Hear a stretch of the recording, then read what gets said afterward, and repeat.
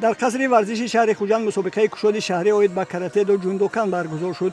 این چهاربینی ورزشی با تشبث فدراسیون کاراته دو جوندوکان تاجیکستان در یکجایی با بخش کار با جوانان و ورزشی شهر خوجند بخشیده به سال نو خانش راه اندازی کرده شد. در مراسم کشادشوی مسابقه گفته شد که محض نتیجه توجه و دستگیری‌های حکومت جمهوری تاجیکستان نسبت ساحه ورزش بود که امروز در سراسر کشور برای مشغول شدن به ورزش و جلب ساکنان به طرز حیات سالم تمام شرایط‌ها مهیا گردیده صف دوستداران ورزش افزوده ایستاده است.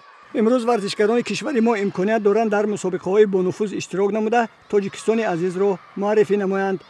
فدراسیون کاراته دو جوندوکان جمهوری تاجیکستان نقش دارد. ماه سپتامبر در مسابقه بین‌المللی در فدراسیون روسی برگزار می‌گردد. ماه سپتامبر باشد چمپیونات جهان در شهر توکیوی جمهوری ژاپن برگزار می‌گردد. من باوری کامل دارم ورزشکاران تاجیک رفته اشتراک کرده صاحب مدال طلا و پرچم تاجیکستان را بالا می‌بردارند.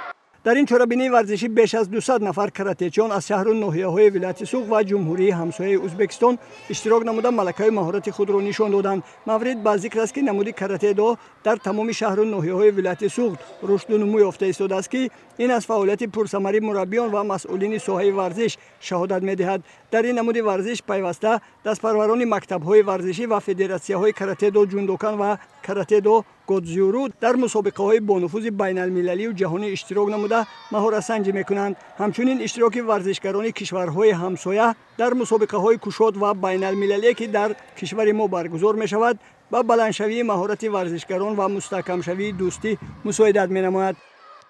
من یک سال می‌شود که در نمودی کاراته مشق می‌کنم. من نمودی کاراته را بسیار دوست می‌دارم. کوشش می‌کنم که آینده ورزشکاری خوب شده پرچم تاجیکستان را بلند بردارم.